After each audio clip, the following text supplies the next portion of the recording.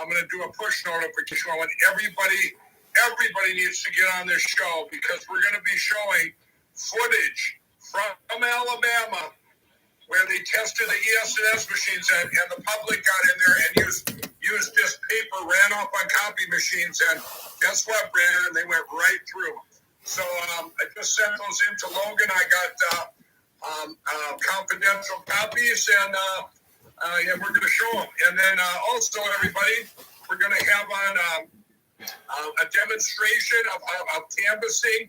We're going to have all the stats from Alabama. And we're going to announce the preliminary injunction that is coming, that's going to be filed tomorrow in Alabama to get rid of the machines. So that's all great news, everybody. And let's bring on Doug and congratulate him. Doug, welcome and congratulations on your victory. Thank you so much, gentlemen. Mike, thank you for your endorsement, and thank you for continuing to fight for voting integrity as well. Well, thank you. And Doug, you heard me. We're going state by state now. And yes, we're going to get to Pennsylvania. As you know, you were nothing but a fighter for Pennsylvania and all of the problems. I've never heard of a state that everyone just turns a blind eye and says, hey, we can turn in our electors and have more votes than voters. But you've congratulations. And you know what? You're an example of what the people want. We need, having people. The people can see through all of the ad stuff now and the stuff that the party does and the stuff the Democrats do. They see through the lies of the media, and they get to the truth, and they see that you got a proven track record, Doug, and that's what the people. Did you expect to win by the landslide you did, or did you, or were you just kind of nervous and kind of expected it, or not? Or do you want to say? I expected a victory, and I had hoped for 40% because the establishment really was hitting back at me, saying that I can only win 28% of the vote in a 9-man race. And so when we had this 44%, I mean, it's fantastic. It's more than previous Republicans that went on to have 2 terms or what have you. So I'm thankful we got what I had hoped, and it gave me a mandate. And I ran on election integrity in addition to freedom and a few other issues there. And that's the people want done. The people aren't stupid. They're listening to you. They're hearing the results of it, the other states and what we missed in Pennsylvania, and they want change. And how is the press treating you today with your victory?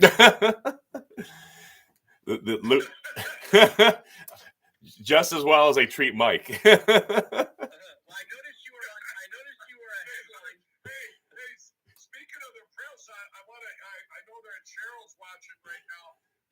And Cheryl, you wrote another great article.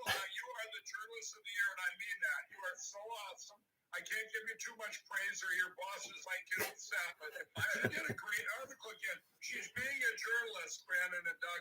This gal from Insider, I shared it everywhere. I mean, it's just she just puts the facts in there. She could, of course, she still has to put conspiracy theory stuff, and all that garbage. But she's getting the word out, and I really respect her for that.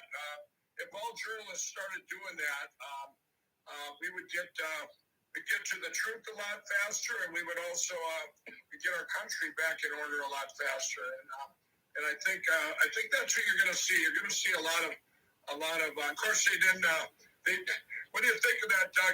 And by the way, you've been there before, haven't you? You just got to kind of embrace it, and it's when they don't say anything, Doug. Then you're really over target. That's what they do to me now. They go completely silent, like Fox and Newsmax. I'm sure. Has Fox and Newsmax had you on? I'm curious about that. Newsmax had me on today, a couple times actually. But nothing on Fox. Ever been on Fox? Not in this election cycle, no. Wow. Well, I noticed a headline at Yahoo today that Georgia or Pennsylvania gubernatorial candidate that was at the Capitol on January 6th. You want to respond to that? So that's a left-wing dog whistle there. Yes, I was there to hear my president speak on January 6th. I was supposed to speak at 2 events as well, exercising my First Amendment freedom. Did not get a chance to, left when things went cross-eyed, and did nothing wrong. These journalists want to play this double standard. When they burn down entire blocks of city and kills people, it's mostly peaceful. And how dare they condemn anyone who did nothing wrong? We do have a First Amendment.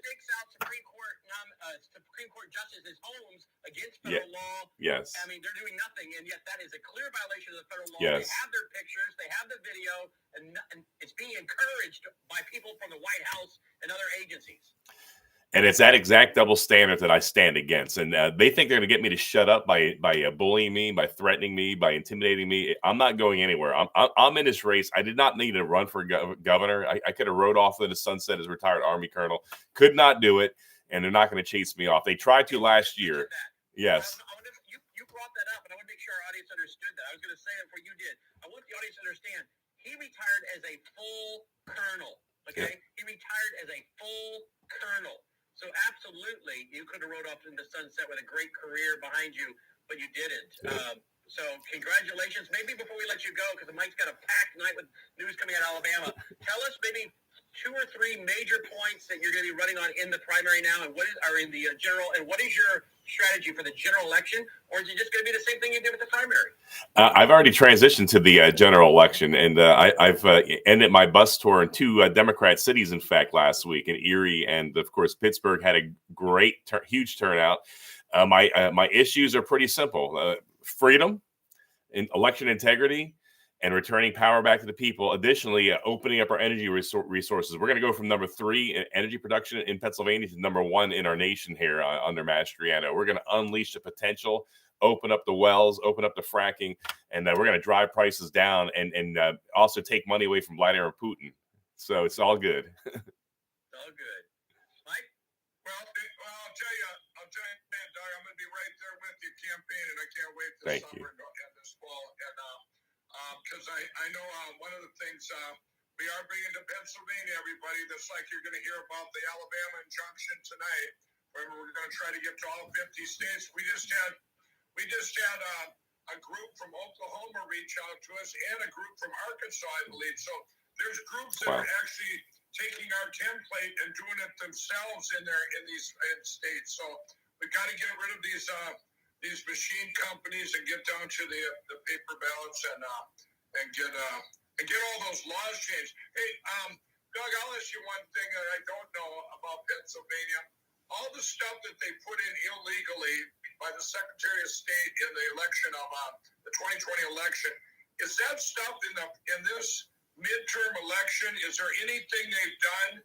Or are they going to do the status quo again and run and do all that illegal mailing out the ballots, no signature required with the mail-in, or is that still sitting there like it is? Some of it's still there, but much of it's gone. Much of it was used underneath the pretext of COVID and the crisis with our mailing system. So we actually voted to get rid of ballot boxes. That's not constitutional. That was not in our legislation. I think that's going to get vetoed by our governor. We did, on a bipartisan level, get rid of Zuck bucks, so no outside money now to get out the vote for the Democrat cities.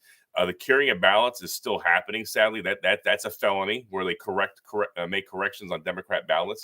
As far as the no matching signature, that was an emergency measure, so that should not be in place. So we have a mixed bag, Mike. Our elections are still compromised. There's a lot of issues. Okay, on the mail-in ballot, I know in Pennsylvania, I believe it was if you're in person, you check your ID, you check the signature.